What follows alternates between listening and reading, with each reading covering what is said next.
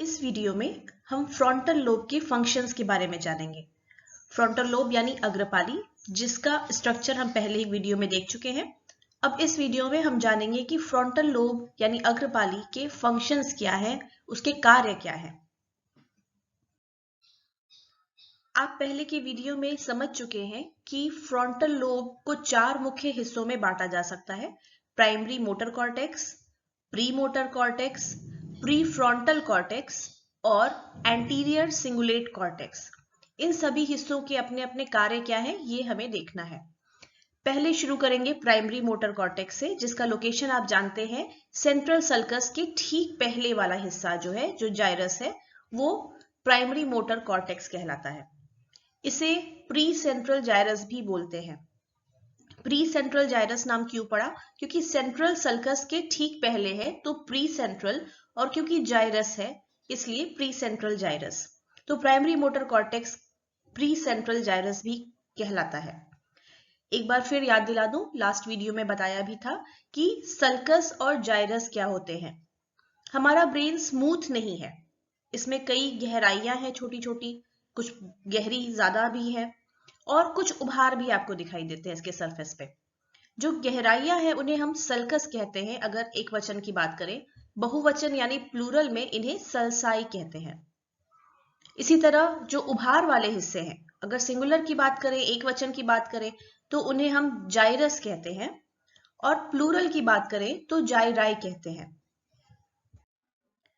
तो चलिए शुरू करते हैं। यहाँ पर देखते हैं कि प्राइमरी मोटर कॉर्टेक्स, जो हमारा प्री सेंट्रल जाइरस वाला एरिया है, इसके फंक्शंस क्या है। नाम से ही जैसे आपको पता चल रहा है, प्राइमरी मोटर कॉर्टेक्स यानी हमारे शरीर में जो भी मोटर मूवमेंट्स होते हैं, जो भी बॉडी के मूवमेंट होते हैं अलग अलग अंगों के, अलग अलग भागों के, उसका कंट्रोल मेनली यहीं पर होता है, प्राइमरी मोटर कॉर्टेक्स द्वारा। ये एरिया बॉडी में जो भी तरह के मूवमेंट्स आप करते हैं उनको कंट्रोल करने के लिए जिम्मेदार है। पर याद रखिए, किस तरह के मूवमेंट्स?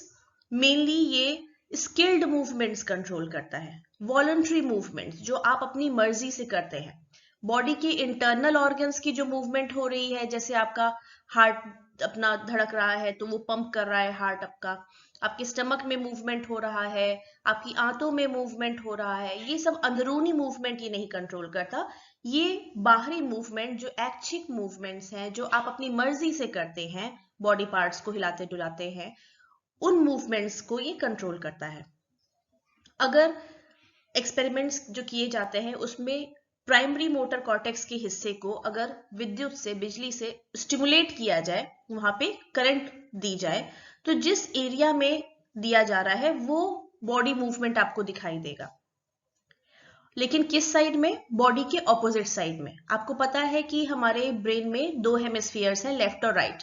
अगर लेफ्ट हेमिस्फीयर के प्राइमरी मोटर कॉर्टेक्स में किसी एरिया को आप स्टिमुलेट करेंगे तो बॉडी के दाहिने पार्ट में आपको मूवमेंट दिखाई देगा, पर पूरे पार्ट में नहीं। आपने जहां पे टच किया है, मान लीजिए वो हिस्सा आपके हाथों को कंट्रोल करता हो, तो अगर बाएं हेमिस्फीयर में आपने, लेफ्ट हेमिस्फीयर में आपने प्राइमरी मोटर कॉर्टेक्स में एक निश्चित एरिया पे बिजली से स्टिमुलेशन दिया, जो कि एरिया मान लीजिए हाथों को कंट्रोल करने वाला एरिया था, तो आप देखेंगे कि ऑटोमेटिकली उस व्यक्ति के बॉडी का जो दाहिना हाथ है उसमें अपने आप ऑटोमेटिकली मूवमेंट दिखेगा। इसी तरह से अगर आपने मान लीजिए राइट हेमिस्फीयर में प्राइमरी मोटर कॉर्टेक्स में किसी एरिया को स्टिमुलेट किया, मान लीजिए कोई एरिया जो आपके टंग के मूवमेंट्स को कंट्रोल करता है, आपकी जीभ की मूवमेंट को कंट्रोल करता है, तो आप देखेंगे कि पर्सन में ऑटोमेटिकली जीभ का मूवमेंट हो रहा है। अब जीभ जाहिर सी बात है 2 पार्ट्स में तो है नहीं कि आधा अलग मूव करेगी आधा अलग करेगी, तो उसमें साथ ही में आपको मूवमेंट दिखाई देगा। लेकिन जो पार्ट्स अलग अलग बने हुए हैं, जो दाएं और बाएं दोनों तरफ है, तो कॉन्ट्रालेटरल मूवमेंट होता है। मतलब अगर बाएं तरफ के हेमिस्फीयर को आप एक्टिवेट करेंगे तो दाएं तरफ की बॉडी में मूवमेंट दिखाई देगा, दाएं हाथ, दाएं पैर, दाएं उंगलियां, दाईं आंख। और अगर बाएं तरफ का आप स्टिमुलेट करेंगे ब्रेन में तो दाएं तरफ में मूवमेंट दिखाई देगा। इसे कहते हैं कॉन्ट्रालेटरल मूवमेंट। मतलब जिस साइड आप कर रहे हैं ब्रेन में स्टिमुलेट, उसके ऑपोजिट साइड में बॉडी में हलचल दिखाई दे रही है। अगर सेम साइड में होती तो क्या नाम बोलते हैं इसको? बोलते इप्सिलेटरल मूवमेंट। अगर लेफ्ट साइड में ही आप स्टिमुलेट कर रहे हैं और लेफ्ट साइड में ही कुछ गतिविधि दिख रही है या कुछ हलचल हो रही है, तो उसको कहते हैं कि ये इप्सिलेटरल मूवमेंट हो रहा है।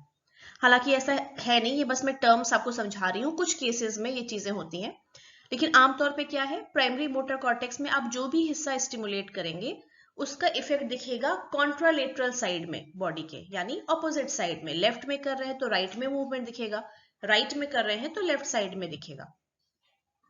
अब यहाँ पर जैसे आपको डायग्राम में दिखाया गया है, प्राइमरी मोटर कॉर्टेक्स दिखा रहा है, जिसे हम M1 भी कह सकते हैं। और देखिए यहाँ पर जो नीचे बड़ा पोर्शन जो दिखाया हुआ है, इसमें लेफ्ट हेमिस्फीयर जो है वहां पे कट करके, सेक्शन करके आपको सिर्फ प्राइमरी मोटर कॉर्टेक्स का हिस्सा दिखा रहा है, ताकि आप अंदरूनी हिस्से उसके देख पाए। यहाँ देखिए कि अलग अलग जोन्स में बटा हुआ है ये हिस्सा, ऐसे ऑब्वियसली अलग अलग कलर्स में नहीं होता, ये आपके समझने के लिए इस तरह से दिखाया गया है। ये दिखा रहा है कि प्राइमरी मोटर कॉर्टेक्स का कितना हिस्सा बॉडी का क्या पार्ट कंट्रोल करता है। जैसे आप देख रहे हैं, पैर के पंजे जो है उसको कंट्रोल करने के लिए एक हिस्सा है, कमर आपकी कंट्रोल करने के लिए एक हिस्सा है, आपके हाथ, आपकी कलाइयां, आपका चेहरा, जीभ, ये सारी चीजें कंट्रोल करने के लिए अलग अलग हिस्से बने हुए हैं। मतलब वो हिस्सा अगर आप स्टिमुलेट करेंगे तो बॉडी के उस पार्ट में मूवमेंट होगी। इसका मतलब कि ये हिस्से हैं जो बॉडी के उस पार्ट की मूवमेंट कंट्रोल करते हैं। अब यहाँ पर होमंकुलस की बात आती है, जो हम अगली स्लाइड में देखेंगे। होमंकुलस क्या होता है? मोटर होमंकुलस एक कॉन्सेप्ट आता है इसमें, जिसमें देखा जाता है कि जो प्राइमरी मोटर कॉर्टेक्स है उसमें हर बॉडी के पार्ट के लिए बराबर जगह असाइंड नहीं है। जैसे आप यहाँ देखिए, अगर इस डायग्राम में भी थोड़ा आप समझ पाएंगे, जो हिप और ट्रंक वाला एरिया है देखिए वो कितना छोटा है, लेकिन आर्म और हैंड वाला एरिया देखिए कितना बड़ा है। तो साइजेस अलग अलग होती हैं, बॉडी का कौन सा पार्ट कंट्रोल करना है उसके लिए प्राइमरी मोटर कॉर्टेक्स में जितना एरिया निश्चित किया हुआ है वो बड़ा या छोटा होता है बॉडी के पार्ट के अनुसार। जिस बॉडी पार्ट में ज्यादा संवेदनशीलता होती है मूवमेंट के लिए, ज्यादा मूवमेंट करता है, ज्यादा बारीक मूवमेंट करना होता है, जैसे हाथ हो गए, उंगलियां हो गई, इसका मूवमेंट हम ज्यादा करते हैं बजाय अपनी कमर के या किसी और चीज के। तो हाथों के लिए देखिए ज्यादा एरिया असाइन होगा मोटर कॉर्टेक्स में, जबकि कमर के लिए या कोई और बॉडी पार्ट जो इतना मूवमेंट नहीं करते हैं उनके लिए थोड़ा कम एरिया असाइन होगा। ये चीजें अगली स्लाइड में हम देखेंगे जब होमंकुलस की बात करेंगे। तो मोटर कॉर्टेक्स जो हमारा है, प्राइमरी मोटर कॉर्टेक्स, इसमें कई जगह से इंफॉर्मेशन आती है, इनपुट आता है, और कॉर्टेक्स के एरिया से आता है, जैसे पैराइटल लोब हमने देखा था स्ट्रक्चर के टाइम, पैराइटल लोब से आती है इंफॉर्मेशन। जो प्री मोटर कॉर्टेक्स है खुद फ्रंटल लोब का, वहां से भी इंफॉर्मेशन मोटर कॉर्टेक्स की तरफ आती है, और भी जो हिस्से हैं वहां से भी इंफॉर्मेशन आती है, जैसे कुछ सब कॉर्टिकल हिस्से जैसे बेसल गैंग्लिया या सेरिबेलम। ये वो हिस्से हैं जो मोटर मूवमेंट में बॉडी के कुछ ना कुछ योगदान रखते हैं, बॉडी के मूवमेंट में कुछ ना कुछ इनका कार्य है। ये चीजें भी, ये पार्ट्स भी इंफॉर्मेशन भेजते हैं प्राइमरी मोटर कॉर्टेक्स को, और प्राइमरी मोटर कॉर्टेक्स से इंफॉर्मेशन और जगहों पर भी जाती है, और डायरेक्टली या इनडायरेक्टली ये जो स्पाइनल कॉर्ड हमारा है, जो कि भी मूवमेंट में बड़ी भूमिका निभाता है, उसको प्रभावित करता है हमारा प्राइमरी मोटर कॉर्टेक्स, चाहे डायरेक्ट रूप से चाहे इनडायरेक्ट रूप से, चाहे सीधे तौर पे चाहे इनडायरेक्ट तरीके से प्रभाव डालता है वहां के मोटर न्यूरॉन्स पे, जो हमारे मूवमेंट को कंट्रोल करते हैं। आइए अब जानते हैं कि मोटर होमंकुलस क्या चीज है।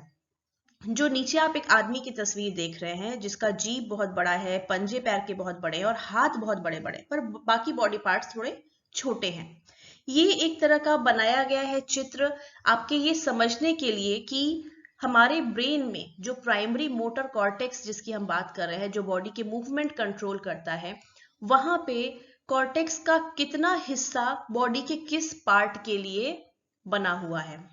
बड़े बड़े हाथ देखकर आपको समझ में आ गया होगा कि हाथों के लिए एक बड़ा हिस्सा ब्रेन का प्राइमरी मोटर कॉर्टेक्स का निश्चित किया हुआ है, जीभ के लिए एक बड़ा हिस्सा है, पंजों के लिए बड़ा हिस्सा है, पर बाकी बॉडी पार्ट्स जो है वहां के लिए छोटे हिस्से हैं, क्योंकि वहां मूवमेंट कम होता है, तो मूवमेंट उतना बारीक नहीं होता। अब आप हाथ में ही देख लीजिए, हाथ में आपके कितने सारे मूवमेंट है, कलाइयों का मूवमेंट है, पंजों का मूवमेंट है, उंगलियों का मूवमेंट है, उंगलियों में भी 2-3 तरह बेंड्स आपके आते हैं, 2-3 पार्ट्स में बेंड कर सकते हैं उंगलियों को, कितने तरह का मूवमेंट आपको उंगलियों से और हाथों से पंजों से करना होता है। तो इतने सारे मूवमेंट को कंट्रोल करने के लिए एक बड़ा एरिया लगेगा। तो हमारे प्राइमरी मोटर कॉर्टेक्स में एक बड़ा एरिया असाइन होता है इस चीज के लिए। इसी तरह पैरों में भी मूवमेंट, जो पंजों का मूवमेंट है वो ज्यादा रहता है, तो उसके लिए भी एक बड़ा एरिया असाइन है।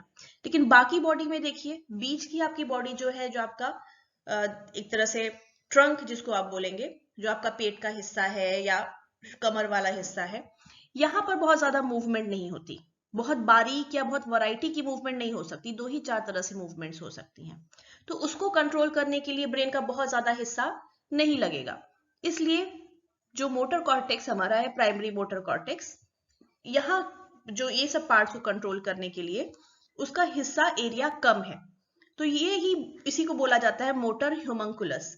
ये दर्शाता है कि हमारे प्राइमरी मोटर कॉर्टेक्स में कॉर्टेक्स का कितना हिस्सा किस काम के लिए असाइंड है, इसीलिए इतना अजीब सा इंसान दिखता है। जीभ के लिए भी देखिए ज्यादा एरिया असाइन है, जैसे ऊपर के डायग्राम में आप देख पा रहे हैं प्राइमरी मोटर कॉर्टेक्स बनाया हुआ है और कॉर्टेक्स का हर हिस्सा दिखा रहा है कि क्या क्या कितने के लिए है। देखिए हाथ, उंगलियां, ये वाला एरिया कितना बड़ा है, चेहरे का भी एरिया बड़ा है, जीभ का भी थोड़ा बड़ा ही है। तो ये सब दिखाते हैं कि उतना ज्यादा एरिया ब्रेन का, प्राइमरी मोटर कॉर्टेक्स का, सिर्फ हाथों के कंट्रोल के लिए या सिर्फ चेहरे के कंट्रोल के लिए, इन चीजों के लिए असाइन है, क्योंकि यहाँ पर ज्यादा तरह के मूवमेंट्स, ज्यादा भांति भांति के और वैरायटी ऑफ मूवमेंट्स होते हैं। अब फेस की ही बात कर लीजिए, फेस में कितने तरह का मूवमेंट होता है, आप इतने सारे शब्द बोलते हैं, इतना आपकी जीभ में मूवमेंट होता है, मुंह के अलग अलग शेप बनते हैं, इतने सारे आप भावनाएं दर्शाते हैं, इमोशंस का मूवमेंट चेहरे का होता है, मसल्स मूव करती हैं। तो उतनी सारी अलग अलग प्रकार के मूवमेंट्स को कंट्रोल करने के लिए ज्यादा एरिया लगेगा, इसलिए प्राइमरी मोटर कॉर्टेक्स में इस काम के लिए ज्यादा एरिया कॉर्टेक्स का दिया हुआ है, ताकि बारीक चीजों को और ज्यादा एरियाज, ज्यादा फंक्शंस को, ज्यादा मूवमेंट को कंट्रोल किया जा सके। जबकि वैसे बॉडी पार्ट्स में जहां पे बहुत ज्यादा मूवमेंट की जरूरत नहीं है, जैसे हमारा ट्रंक हो गया, हिप हो गया, यहाँ थोड़ा कम एरिया असाइन होता है। यही है मोटर ह्यूमंकुलस, जो नीचे व्यक्ति दिखा है, इसी को हम कहते हैं मोटर ह्यूमंकुलस। तो मोटर ह्यूमंकुलस दिखाता है कि हमारे बॉडी के अलग अलग पार्ट्स प्राइमरी मोटर कॉर्टेक्स में किस तरह से दर्शाए हुए होते हैं। अब अगर आप देखिए प्राइमरी मोटर कॉर्टेक्स में ये एरियाज कैसे दिखाए हुए हैं, अगर ऊपर का डायग्राम आप देखिए तो इसमें आपको दिख रहा है कि बॉडी के जो निचले हिस्से हैं हमारे, वो कॉर्टेक्स में ऊपर की तरफ दिखाए हुए हैं, है ना, ऊपरी तरफ है, हमारे सिर के ऊपर की तरफ है, जैसे पैर, कमर, हमारा ट्रंक, ये सब ऊपर की तरफ है। और जैसे जैसे आप किनारे की तरफ या नीचे की तरफ आते जा रहे हैं, बॉडी का ऊपरी हिस्सा है, जैसे चेहरा, जीभ, आपके गले का हिस्सा, लैरिंग्स, ये सारी चीजें नीचे की तरफ आ रही हैं। तो जितना ही ज्यादा जो बॉडी पार्ट मूव करता है या जितना ही महीन या बारीक तरह का मूवमेंट उस पार्ट को करना होता है, जैसे चेहरे का मूवमेंट है या हाथों की, उंगलियों की मूवमेंट्स हैं, उनके लिए प्राइमरी मोटर कॉर्टेक्स में ज्यादा हिस्सा है। और बाकी एरिया जो कम मूवमेंट करते हैं या बहुत ही बारीक मूवमेंट उनको करने की जरूरत नहीं है, वहां पे जो हमारा प्राइमरी मोटर कॉर्टेक्स है उसका कम एरिया उससे जुड़ा हुआ है। ठीक है, इसी वजह से ये इतना अजीब और बेढंगा शेप और साइज का व्यक्ति दिखाई देता है, जिसे हम मोटर ह्यूमंकुलस कहते हैं। ये रिप्रेजेंट करता है कि किस बॉडी पार्ट के लिए कितना हिस्सा हमारे ब्रेन में असाइंड है। हाथ इतने बड़े बड़े, इसका मतलब हाथों के लिए सबसे ज्यादा एरिया असाइन है, फिर पंजों के लिए, फिर जीभ के लिए, और बाकी पार्ट्स के लिए देखिए छोटा है, पर उसी अनुपात में है सारे पार्ट्स का साइज, जितना कि हमारे ब्रेन में उसके लिए जगह निश्चित की हुई है। आइए अब डिस्कस करते हैं कि प्री मोटर कॉर्टेक्स का क्या फंक्शन है। प्री मोटर कॉर्टेक्स का लोकेशन आप जान ही रहे हैं, ये प्राइमरी मोटर कॉर्टेक्स के ठीक आगे स्थित होता है। प्री मोटर कॉर्टेक्स का काम मोटर कॉर्टेक्स से थोड़ा सा अलग है। जहां आपने देखा कि प्राइमरी मोटर कॉर्टेक्स का काम क्या है, बॉडी के अलग अलग पार्ट्स, अलग अलग अंगों के मूवमेंट को, उनकी गतिविधियों को कंट्रोल करना, उसी तरह से उस थोड़ा सा अलग प्री मोटर कॉर्टेक्स का काम क्या है कि ये चुनाव करता है कि कौन सी गतिविधि किसी परिस्थिति में की जाएगी। उदाहरण के लिए मान लीजिए एक कुत्ता है जो आराम कर रहा है, अचानक उसने अपने मालिक को आते देखा तो वो उठकर अपनी दुम हिलाने लगता है। लेकिन कभी कभी ऐसा भी हो सकता है कि बस कुत्ता ऐसे ही उठा और टहलते हुए इधर उधर कहीं जाने लगा। तो यहाँ पर पहला मूवमेंट जो उसने किया, जो मालिक को देखकर उसने दुम हिलाई, वहां पे उसके मूवमेंट का एक बाहरी कारण था, एक पर्यावरणीय उद्दीपक था कि उसने मालिक को देखा आते हुए तो वो उठकर दुम हिलाने लगा। पर दूसरे केस में क्या है कि ऐसा कोई बाहरी उद्दीपक नहीं था, उसने अपनी मर्जी से अपने मन से ये चीज की, उसको मन किया कि नहीं उठकर अब टहलते हैं, तो वो उठकर इधर उधर घूमने लगा। तो रिचर्ड पासिंग हम बताते हैं कि ये दोनों प्रकार के मूवमेंट फ्रंटल लोब के अलग अलग हिस्से कंट्रोल करते हैं।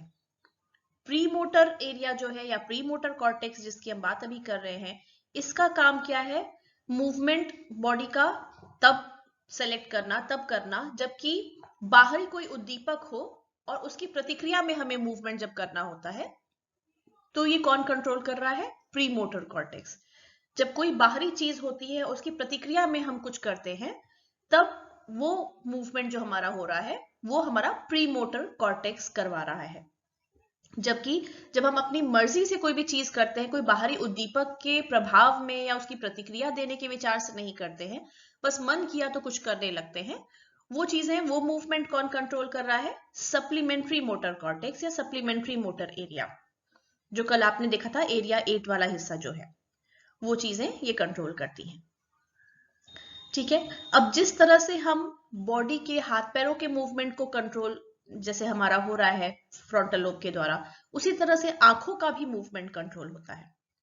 आंखों का मूवमेंट कौन सा हिस्सा कंट्रोल कर रहा है फ्रंटल लोब का, वो होता है फ्रंटल आई फील्ड्स, जो हमने कल उसकी संरचना भी देखी थी, उसकी स्थिति कहाँ है, लोकेशन क्या है, वो भी देखा था हमने। और फ्रंटल आई फील्ड्स नाम से भी क्लियर हो रहा है कि ये आईज के मूवमेंट के लिए जिम्मेदार है। तो आईज का मूवमेंट भी, जैसे अभी हमने हाथ पैर का या बाकी बॉडी के मूवमेंट की बात की, आईज का मूवमेंट भी किसी बाहरी कारक की तरफ हो सकता है। कोई चीज पर्टिकुलर आप देख रहे हैं, टीचर क्लास में पढ़ा रहे हैं तो आपको बोर्ड की तरफ देखना है, किसी ने आपको बुलाया तो आपने पलट के उसकी तरफ देखा।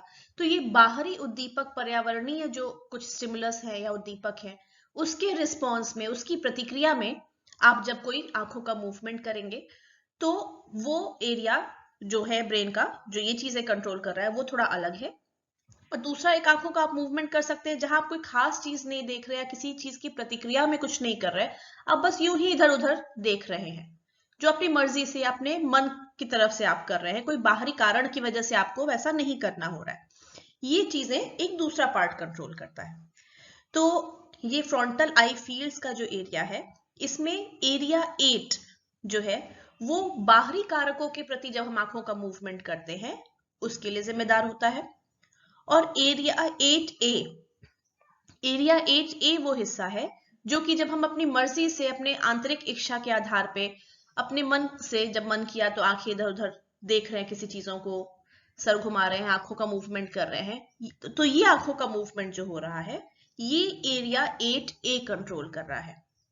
तो एक तरह से एरिया 8 आंखों के लिए वही कार्य कर रहा है जो प्री मोटर कॉर्टेक्स बाकी बॉडी के मूवमेंट के लिए करता है।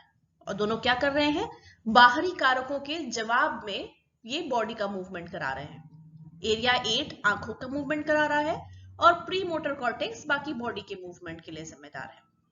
इसी तरह से एरिया 8A वही काम कर रहा है जो सप्लीमेंट्री मोटर कॉर्टेक्स करता है, यानी जब आंतरिक इच्छा के आधार पे मूवमेंट हो रहा है, कोई बाहरी कारण नहीं है जिसकी वजह से मूवमेंट करना है, तो एरिया 8A आंखों के मूवमेंट के लिए जिम्मेदार है। जब आपका मन किया, आपकी इच्छा की कि मुझे आंखों का मूवमेंट करना है, तो आपने किया।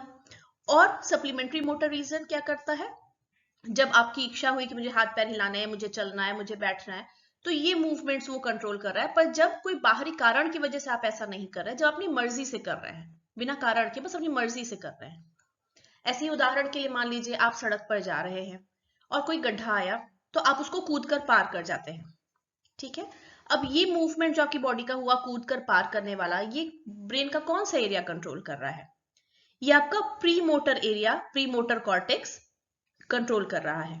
क्यों, क्योंकि बाहरी कुछ कारक हुआ, कोई बाहरी फैक्टर हुआ, कोई पर्यावरणीय उद्दीपक हुआ जिसकी प्रतिक्रिया में आपने ये काम किया, गड्ढा आया, उस गड्ढे से बचने के लिए आप उसको जंप करके, कूद करके पार कर जाते हैं।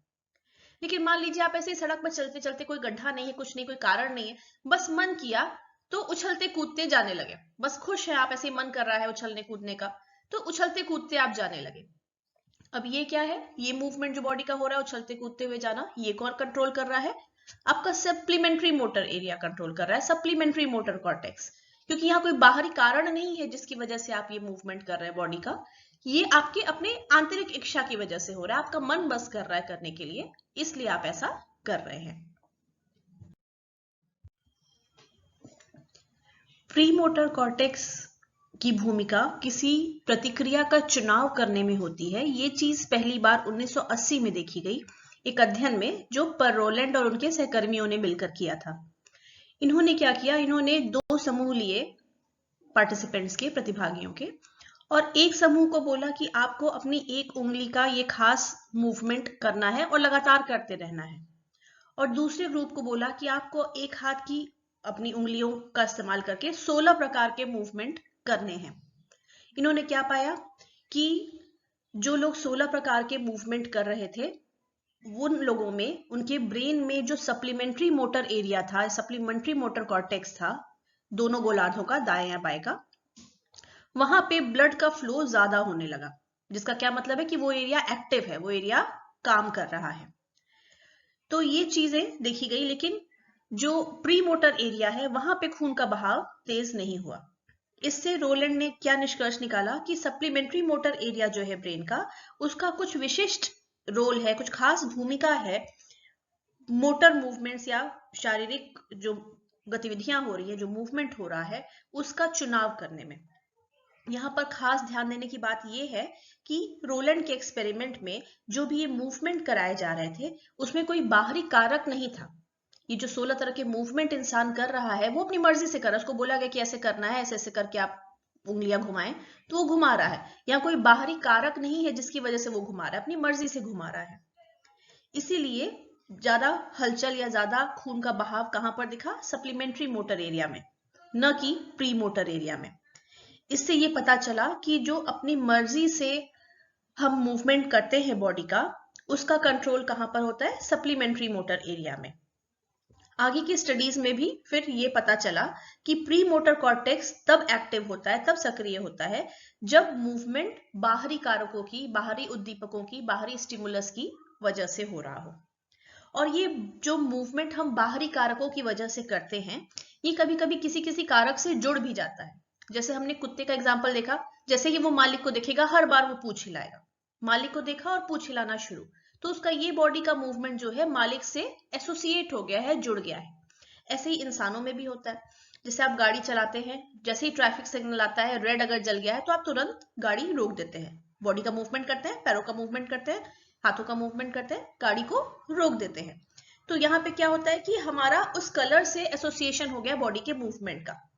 रेड देखेंगे हम रुक जाते हैं, ग्रीन देखते हैं हम चल देते हैं।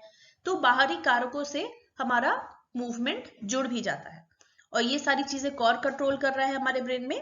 प्री मोटर कॉर्टेक्स, क्योंकि बाहरी कारकों की वजह से हमारा ये मूवमेंट प्रभावित हो रहा है। यहाँ डायग्राम में भी आप देख पा रहे हैं, और इससे आप एक बार रिवाइज कर सकते हैं। यहाँ सेंट्रल सर्कस भी दिखाया हुआ है, उसके ठीक आगे डीप रेड कलर में आपको प्राइमरी मोटर कॉर्टेक्स दिखा रहा है, जो हिस्सा है आपका प्री सेंट्रल जाइरस, जो अभी आपको बताया। उसके ठीक आगे आप देख रहे हैं प्री मोटर कॉर्टेक्स। यहाँ फ्रंटल आई फील्ड जो है वो भी दिखाया हुआ है। प्री फ्रंटल कॉर्टेक्स का एरिया भी आप देख पा रहे हैं, ब्रोकाज एरिया भी हाईलाइट किया हुआ है। तो ये सब पार्ट्स आप एक बार फिर रिवाइज कर लीजिए, जो आपने पिछले वीडियो में देखा था, इनकी लोकेशन कहां कहां पर है। अब आ जाते हैं फ्रंटल लोब के तीसरे हिस्से यानी प्री फ्रंटल कॉर्टेक्स की ओर, और देखते हैं कि इसके फंक्शंस क्या हैं। तो अभी आपने देखा कि प्राइमरी मोटर कॉर्टेक्स, या जिसको सिर्फ मोटर कॉर्टेक्स भी कहते हैं, इसका काम क्या होता है? इसका उत्तरदायित्व क्या है? बॉडी पार्ट्स की मूवमेंट कराना। इसी तरह प्री मोटर कॉर्टेक्स का क्या काम था? मूवमेंट का चुनाव करना, कि क्या उद्दीपक हम देख रहे हैं उसके प्रतिक्रिया में हम कौन सा वाला मूवमेंट करेंगे। प्री फ्रंटल कॉर्टेक्स, जिसकी अब हम बात करने वाले हैं, इसका काम क्या होता है? इसका क्या कार्य है? इसका काम होता है उन संज्ञानात्मक क्रियाओं को या कॉग्निटिव प्रोसेसेस को कंट्रोल करना, जिसके परिणाम के तौर पे हम कोई खास मूवमेंट किसी सही समय या सही जगह पर करते हैं। ठीक है, तो किस जगह कैसे समय हमें क्या मूवमेंट करना है, ये हमारा प्रीफ्रंटल कॉर्टेक्स कंट्रोल करता है, क्योंकि ये सोच विचार करके तय करता है कि किस परिस्थिति में किस समय में कैसा मूवमेंट करना ठीक रहेगा या नहीं रहेगा। अब ये इंफॉर्मेशन कैसे कंट्रोल होती है? बाहरी कारकों से भी हो सकती है, हमें अंदर से पहले से जो हमें जानकारियां है कि कैसी परिस्थिति में क्या करना चाहिए उसके द्वारा भी नियंत्रित हो सकती है, और कभी कभी हम परिस्थिति को देखते हुए या अपने नॉलेज के आधार पे कोई चीजें करते हैं कि हाँ इस परिस्थिति में ऐसा करना ठीक होता है, इस समय पे ऐसा मूवमेंट करना ठीक रहेगा, उसके हिसाब से हम जो मूवमेंट करते हैं वो सारा भी कौन कंट्रोल कर रहा है? Prefrontal cortex. मतलब ये सोचने वाला पार्ट है, ये सोच समझ के परिस्थिति का आकलन करके कहां पर या किस समय क्या मूवमेंट करना सही है या नहीं है, उसके अकॉर्डिंग ये काम करता है। तो ये जो भी मूवमेंट का सिलेक्शन करता है सोच विचार के, वो हम मुख्य 4 हिस्सों में बांट कर देख सकते हैं, जो अभी हम आगे देखेंगे। पहला है इंटरनल क्यूज, यानी आंतरिक जानकारी, आंतरिक कारक के आधार पर जब हम मूवमेंट का चुनाव करते हैं। तो कई बार हमारे दिमाग में कुछ नियम या रूल्स बने होते हैं जो हमारे व्यवहार को, हमारे कार्यों को प्रभावित करते हैं कि कहां पर क्या करना चाहिए, क्या नियम है, क्या सही चीज है करने के लिए। ये हमारा जो दिमाग में एक रिकॉर्ड होता है पहले से कि हमें कब क्या करना चाहिए, और फिर ये फर्क नहीं पड़ता कि आपको बाहर से क्या उद्दीपक मिल रहे हैं, आपके दिमाग में जो रूल बने हुए हैं, जो नियम आपने याद किए हुए हैं कि कहां पर क्या करना ठीक होता है, इस चीज को बोलते हैं टेम्पोरल मेमोरी या वर्किंग मेमोरी या शॉर्ट टर्म मेमोरी। तो टेम्पोरल मेमोरी एक तरह से यहाँ पर ये कही जा रही है, इसका अर्थ ये है इस जगह पे कहने का कि आपके दिमाग में एक रिकॉर्ड होता है कि हालिया क्या चीजें हुई हैं, क्या घटनाक्रम हुआ है, किस क्रम में हुआ है, वो क्रम, वो ऑर्डर आप याद रखते हैं कि अच्छा ऐसे ऐसे चीजें हुई तो मुझे इस तरह से करना होगा। अब ये जो घटनाएं हुई हैं, ये जो मूवमेंट्स हुए हैं, चाहे चीजों से संबंधित हो, चाहे कोई मूवमेंट हुआ हो, तो आप उससे फिर इंफॉर्मेशन आपको प्राप्त होती है चीजों के बारे में या उनके मूवमेंट्स के बारे में। अब ये इंफॉर्मेशन कहां से आती है?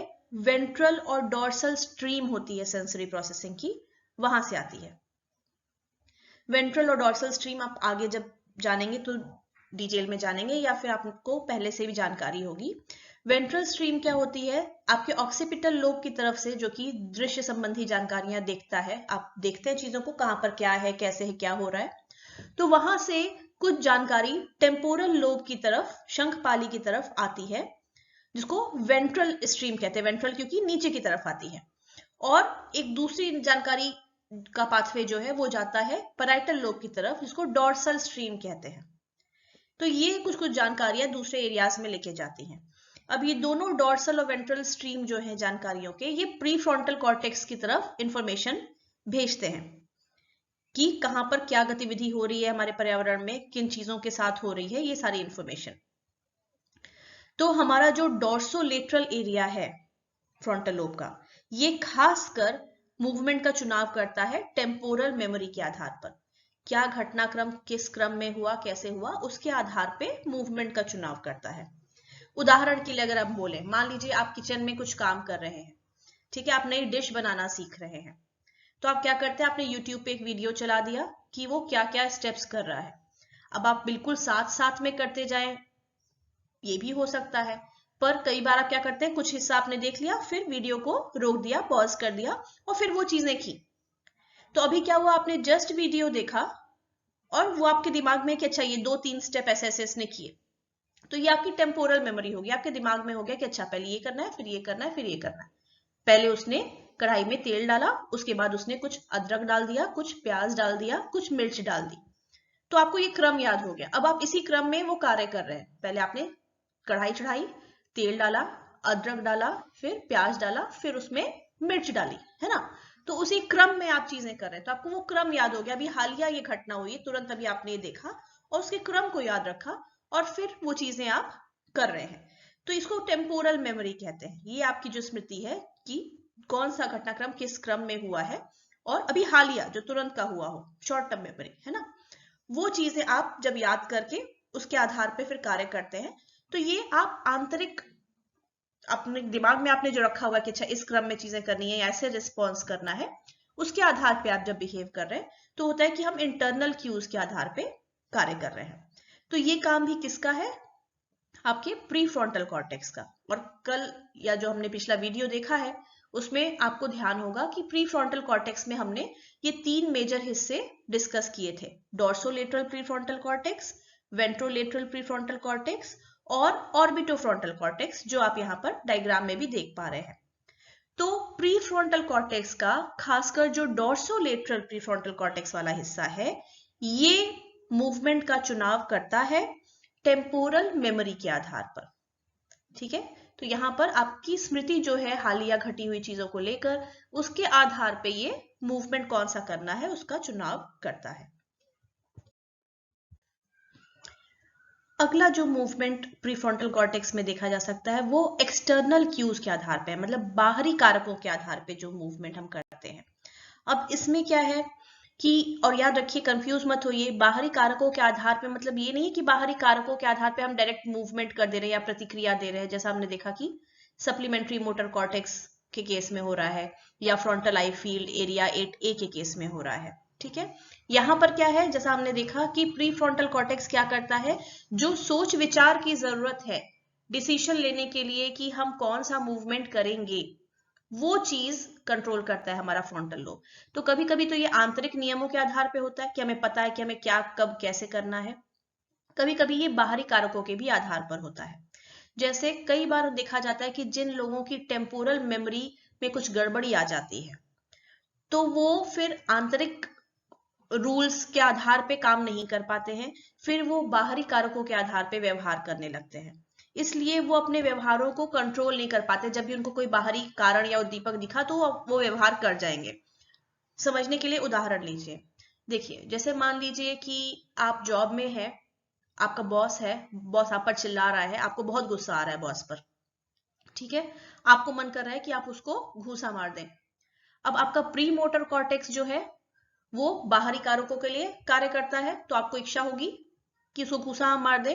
लेकिन आपका जो प्री फ्रंटल कॉर्टेक्स है, जो पहले सोच विचार करता है फिर इंफॉर्मेशन भेजता है कि हाँ ये मूवमेंट करो, वो सोच रहा है कि नहीं, मुझे गुस्सा तो आ रहा है, मुझे इसे घूसा मारने का मन कर रहा है, पर अगर मैंने ये कर दिया तो नौकरी हाथ से जाएगी। तो फिर आप कंट्रोल कर लेते हैं खुद को, वो काम नहीं करते। क्योंकि आपको दिमाग में पता है कि ये करने का परिणाम क्या होगा। तो ये सोच विचार जो हो रहा है ये कौन कर रहा है, ये आपका प्री फ्रंटल कॉर्टेक्स कर रहा है।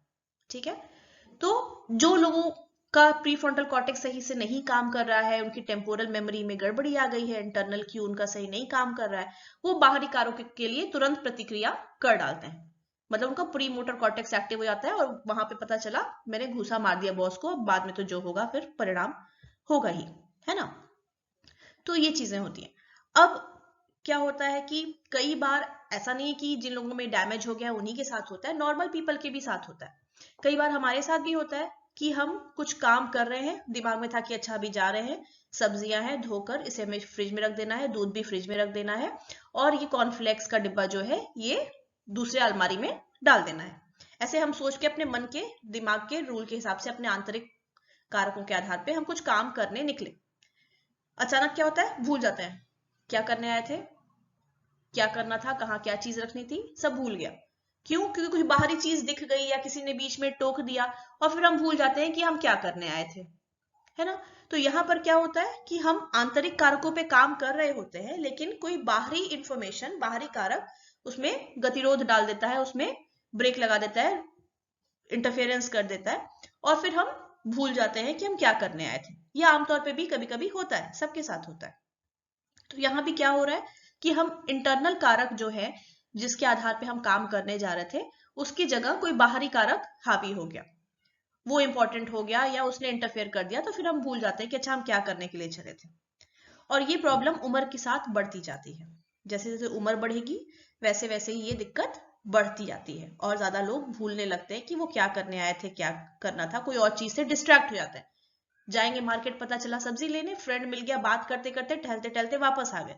घर आए तो घर के लोग पूछ रहे आप तो सब्जी लेने गए थे, क्या हुआ? अच्छा वो तो हम बात करने में भूल गए, है ना। तो उम्र बढ़ने के साथ ये प्रॉब्लम और बढ़ती जाती है। तो एक तरह का एनवायरनमेंट से जो आपको क्यू मिलता है, जिसको एक्सटर्नल क्यू या बाहरी कारक हम कह रहे हैं, ये एक तरह का हमें फीडबैक देता है कि चीजें कैसी हैं। हम चीजों का एसोसिएशन कर लेते हैं, कुछ चीजों को साथ में जोड़ लेते हैं। जैसे मान लीजिए जब भी आप अपनी दादी माँ का फोटो देखें तो आपको याद है कि हाँ वाकई कितना टेस्टी खाना बनाती थी। तो आपका इसका एसोसिएशन बन गया, जुड़ाव हो गया है। माँ अपनी दादी का जो ग्रैंड मदर का आपका फोटो है उसका जुड़ाव हो गया है खाने से, अच्छे टेस्टी खाने से। तो इस तरह का लिंक जो हम कोई भी दो चीजों को करते हैं, वो चीजें, ये एसोसिएशन कौन सीखता है, हमारा ब्रेन का कौन सा पार्ट इसके लिए एक्टिव होता है? वो होता है प्रीफ्रंटल कॉर्टेक्स का दूसरा हिस्सा, ऑर्बिटोफ्रंटल कॉर्टेक्स, जो अभी हमने पिछले डायग्राम में देखा भी था, जो नीचे की तरफ होता है। और यहाँ आपको डायग्राम में दिखा भी रहा है, ये हमारे मस्तिष्क को नीचे की ओर से दिखा रहा है, क्योंकि वो नीचे की सतह पर होता है तो वो ऊपर से दिखाई नहीं देगा, इसलिए नीचे के हिस्से में आपको ये दिखा रहा है कि कहां पर होता है ऑर्बिटोफ्रंटल कॉर्टेक्स। तो हम जो भी चीजें सीखते हैं एसोसिएशन के माध्यम से, जोड़कर एक चीज को दूसरे से लिंक करके, ये चीजें सीखने में क्या काम आता है? हमारा ऑर्बिटोफ्रंटल कॉर्टेक्स। तीसरा फैक्टर जो हमारे प्रीफ्रंटल कॉर्टेक्स के डिसीजन मेकिंग को प्रभावित करता है वो है कंटेक्स्ट क्यूज, परिस्थिति जन्य जो कारक होते हैं। ठीक है, अब हमारा अगर आप देखिए जो ह्यूमन बीइंग्स हैं, इनकी लाइफ जटिल होती है, जानवरों के मुकाबले हमारी लाइफ थोड़ी पेचीदा होती है, जटिल होती है। हम समाज में रहते हैं, समाज में हम कई तरह की भूमिका अदा करते हैं। हम किसी के बेटा या बेटी हैं, हम किसी के फादर मदर हैं, माता पिता हैं, किसी के भाई हैं, किसी के बहन हैं, किसी के दोस्त हैं, किसी के प्रेमी प्रेमिका हैं, किसी के पति पत्नी हैं, कहीं हम किसी कार्य क्षेत्र में हैं, वहां पर हम एम्प्लॉई हैं, वहां पर काम करते हैं, है ना। तो बहुत सारे रोल्स एक इंसान प्ले करता है अपनी लाइफ में। हर रोल के लिए नियम अलग है कि आपको कहाँ पे क्या बिहेव करना है। हम अपने दादा दादी के सामने जो बिहेवियर करेंगे, क्या वही बिहेवियर अपने दोस्तों के साथ भी करेंगे? नहीं करेंगे। ठीक है, इसी तरह से परिस्थिति बदलने से बिहेवियर बदलता है। हमें पता है कि मूवी थिएटर में कैसे बिहेव करना है, हमें पता है कि लाइब्रेरी में कैसे बिहेव करना है, वहां शांत रहने की जरूरत है, वहां पे हम शांत रहेंगे, मूवी थिएटर में शांत रहेंगे। लेकिन फुटबॉल फील्ड में जाएंगे तो क्या करेंगे? वहां पे खूब हो हल्ला करेंगे, शोर मचाएंगे। तो परिस्थिति क्या है, सिचुएशन क्या है, कंटेक्स्ट क्या है, इसके आधार पे बिहेवियर चेंज होता है। और ये हमें कैसे पता चलता है कहाँ क्या करना है? तो हम अपने बढ़ने के क्रम में हमने ये चीजें सीखी हैं, समाज से ही सीखी हैं, अपने बड़ों से सीखी हैं कि कहाँ पर क्या करना सही है या गलत है। शुरुआत में हमने गलतियां की होंगी, फिर हमें बताया गया कि नहीं यहाँ पर ये नहीं करना है, तो हमने उसको याद कर लिया, उस नियम को समझ लिया कि अच्छा यहाँ पर ये चीज नहीं करनी है। तो अब परिस्थिति को देख के उसके हिसाब से हम बिहेवियर का चुनाव करते हैं। तो क्या परिस्थिति में कौन सा बिहेवियर चुनना है ये भी कौन करेगा? हमारा प्रीफ्रंटल कॉर्टेक्स, क्योंकि सोच विचार के मूवमेंट का चुनाव करने का काम किसका है? प्रीफ्रंटल कॉर्टेक्स का। तो इसलिए जैसा हम देख रहे हैं कि हमारा व्यवहार जो है वो कंटेक्स्ट डिपेंडेंट होता है, परिस्थिति पर निर्भर होता है।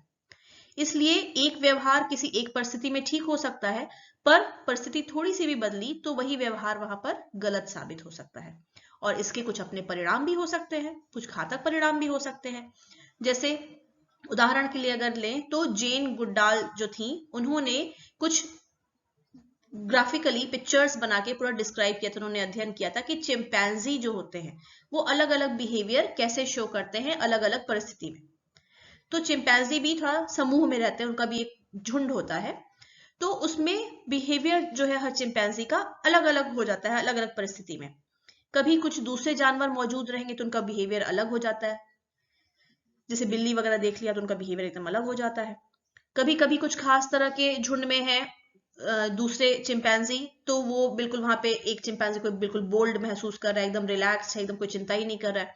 कभी दूसरा बड़ा चिंपैंजी वहां पर आ गया तो बिल्कुल डरा हुआ है, भयभीत है बिल्कुल, और चुपचाप एकदम किनारे में दुबक गया है, ऐसे होता है। तो परिस्थिति के हिसाब से बिहेवियर चेंज होता है। अगर परिस्थिति के हिसाब से बिहेवियर न चेंज करें तो घातक परिणाम हो सकते हैं। जैसे अगर आपको दिख रहा है कि आपसे बड़ा चिंपैंजी वहां पर है, जो चिंपैंजी उसने देखा कि मेरे से बड़ा चिंपैंजी आ गया है समूह में, तो यहाँ पे चुप होके दुबक जाना चाहिए क्योंकि वो शारीरिक रूप में हमसे बड़ा है, ताकतवर है, हमें हरा देगा, तो यहाँ लड़ना ठीक नहीं है। पर अगर आप यहाँ गलती कर दिए, वहां पर बोल्ड बन के लगे उससे लड़ने, तो क्या होगा, जान भी जा सकती है, तो घातक परिणाम भी हो सकते हैं। तो इसलिए परिस्थिति के अकॉर्डिंग बिहेवियर चेंज करने की जरूरत होती है, और ये काम भी कौन तय करता है, हमारा प्रीफ्रंटल कॉर्टेक्स। प्रीफ्रंटल कॉर्टेक्स में भी अगर हम बात करें तो ऑर्बिटोफ्रंटल कॉर्टेक्स का ज्यादा रोल है ये देखने में कि हमें किस परिस्थिति में क्या बिहेवियर करना है। देखा जाता है कि जो भी सामाजिक किस्म के जानवर हैं जो झुंड में रहना पसंद करते हैं, जैसे बंदर, चिंपैंजी, इंसान या कोई भी और जानवर जो झुंड में रहते हैं, सामाजिक समूह उनका होता है, इनमें देखा जाता है कि इनका फ्रंटल लोब का साइज, इनके अग्रपाली का साइज बड़ा होता है, क्योंकि इन्हें ज्यादा इंफॉर्मेशन सोचनी और समझनी है कि समाज की किस परिस्थिति में हमें कैसे काम करना है।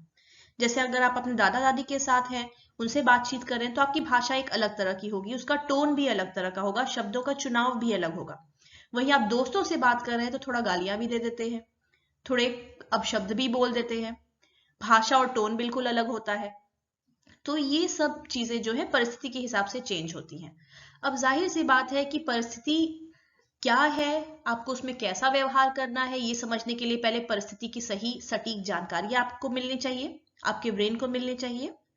तो किस परिस्थिति में हम क्या व्यवहार चुनेंगे या नहीं चुनेंगे, इसके लिए कई चीजें जरूरी होती हैं, और हमारे ऑर्बिटोफ्रंटल कॉर्टेक्स को इसीलिए ब्रेन के अलग अलग हिस्सों से कई सारी जानकारियां मिलती हैं।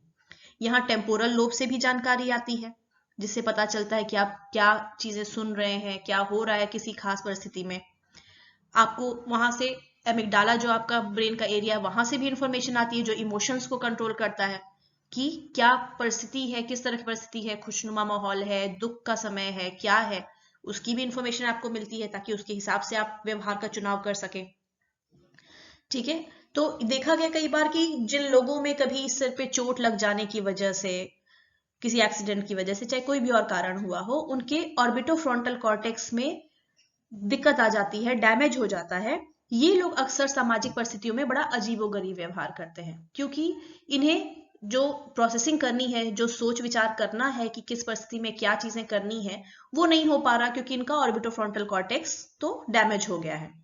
इसीलिए ये चीजों को समझ नहीं पाते हैं। ये पता चला किसी के घर में किसी का देहांत हो गया, उसकी बॉडी पड़ी है, वहां पर गए और अचानक से खिलखिला के हंस पड़ेंगे, तो कोई नहीं समझ पाता कि ये क्या ऐसा पागलों जैसा व्यवहार कर रहे हैं। पर प्रॉब्लम क्या है कि उनका ऑर्बिटोफ्रंटल कॉर्टेक्स डैमेज्ड है, वो परिस्थिति का सही आकलन नहीं कर पा रहे हैं, किस परिस्थिति में क्या बिहेवियर करना है वो नहीं कर पा रहे हैं, तो सही समय और सही परिस्थिति में सही बिहेवियर का चुनाव उनसे नहीं हो पा रहा है।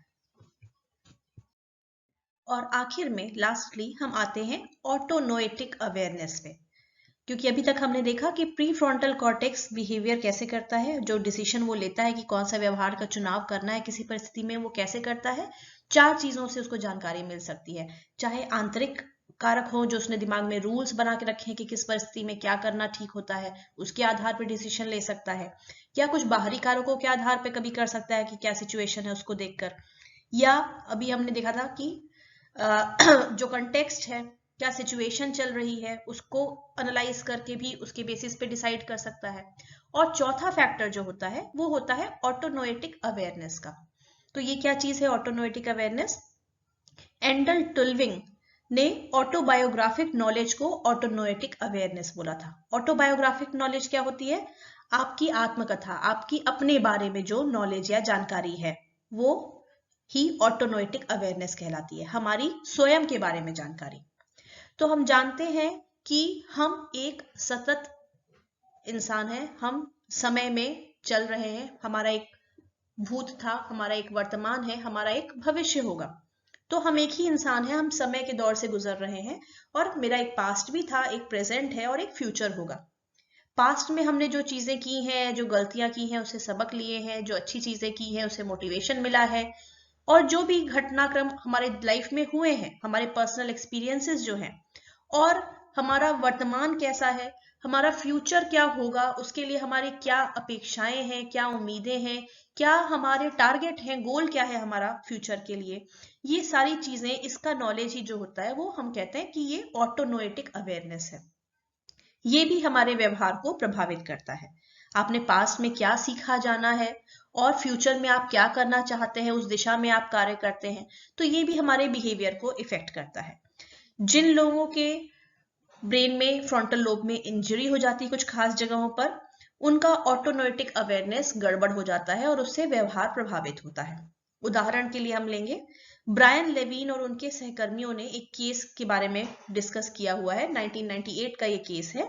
एक सेल्समैन था, मान लीजिए उसको हम शॉर्ट में कहेंगे ML, क्योंकि नाम नहीं ले सकते। तो सेल्समैन जो है ML, उनके ऑर्बिटोफ्रंटल कॉर्टेक्स में चोट आ गई, इंजरी हो गई वहां पर। अब इसकी वजह से क्या हुआ कि 10 साल से उनकी जो वाइफ थी, उनके साथ करीबी संबंध बना के रखना इनके लिए मुश्किल हो गया। खुद ML के शब्दों में अगर कहें तो वो बोलते हैं कि मुझे अपने वाइफ से संबंध बना के रखने में बड़ी मुश्किलें आ रही हैं। मुझे पता ही नहीं कि मैंने इस व्यक्ति से क्यों शादी की थी। मैंने बोला कि हो सकता है कि मैं खुश रहा होऊंगा, और लोगों ने कहा कि हाँ तुम खुश थे। तो अब देखिए कितनी दिक्कत आ जाएगी कि आप अपना पास्ट ही भूल जाए। अगर आपको पता ही नहीं है अपने बारे में, अपना फ्यूचर, अपना प्रेजेंट, अपना पास्ट, ये इसकी जानकारी आपकी गड़बड़ हो गई है, तो आपको कितनी दिक्कतें आएंगी अपना दैनिक जीवन जीने में, रोजमर्रा की लाइफ जीने में भी कितनी दिक्कत आएगी। और सबसे बड़ी प्रॉब्लम और क्या होती है कि इस तरह का जो डैमेज होता है, इस तरह की जो प्रॉब्लम आती है, ये किसी हम न्यूरो मनोवैज्ञानिक परीक्षण से भी जांच नहीं सकते, क्योंकि हर व्यक्ति में अलग तरह के सिम्टम्स आएंगे, अलग तरह के लक्षण आएंगे, अलग तरह की प्रॉब्लम होगी। तो ये है ऑटोनोएटिक अवेयरनेस। ये भी जरूरी होती है हमारे बिहेवियर को परफॉर्म कर पाने के लिए। तो ये आपने देखा कि जो भी हमारा मेन एरियाज है फ्रंटल लोब का, आपका प्राइमरी मोटर कॉर्टेक्स हो गया, प्री मोटर कॉर्टेक्स, और जो आपका प्री फ्रंटल कॉर्टेक्स, इनके क्या खास फंक्शंस हैं, ये कैसे काम करते हैं, ये आपने इस वीडियो में जाना। आगे की वीडियो में हम देखेंगे कि फ्रंटल लोब के किन हिस्सों में डैमेज होने से क्या क्या लक्षण आते हैं, क्या क्या प्रॉब्लम्स आती है, जिसे हम साथ में फ्रंटल लोब सिंड्रोम भी कहते हैं। इसके बारे में हम आगे की वीडियोस में जानेंगे। Thank you.